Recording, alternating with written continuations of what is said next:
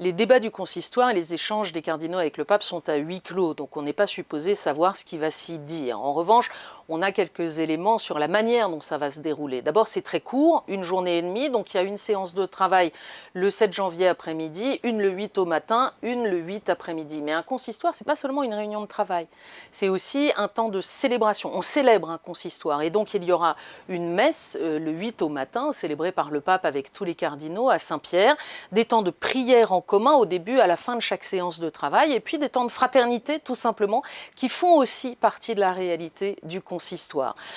En dehors de ça, de quoi vont-ils parler? On l'a su à travers notamment nos confrères de Il Giornale, un journal italien, puisque le pape, dans sa lettre d'invitation aux cardinaux, a précisé les thèmes. Il leur a demandé de relire deux textes pour se préparer, Evangelii Gaudium du pape François, et puis Predicate Evangelium. Predicate Evangelium, c'est la constitution de la curie. Vous savez que François a réformé au cours de son pontificat.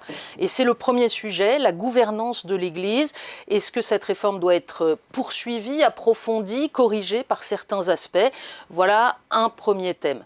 Il y aura aussi un travail sur la synodalité, parce que l'agenda du synode se poursuit, avec maintenant un travail à faire dans les églises particulières. Comment continuer d'avancer?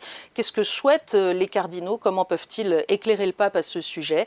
C'est le deuxième thème. Et puis le troisième thème, c'est la liturgie, qui est vraiment une pierre de division dans l'Église, en particulier depuis la publication d'un texte très restrictif sur l'usage de l'ancien missel par le pape François, Traditionis Custodes. Et donc là aussi, les voix des cardinaux peuvent être assez diverses et ça peut éclairer le pape sur la manière d'avancer sur ce sujet qui pourrait être le lieu d'expression du charisme propre de Léon XIV, charisme d'unité à la fois du fils de Saint Augustin et à la fois du pape, qui est le garant de l'unité de l'Église. L'unité, c'est pas l'uniformité.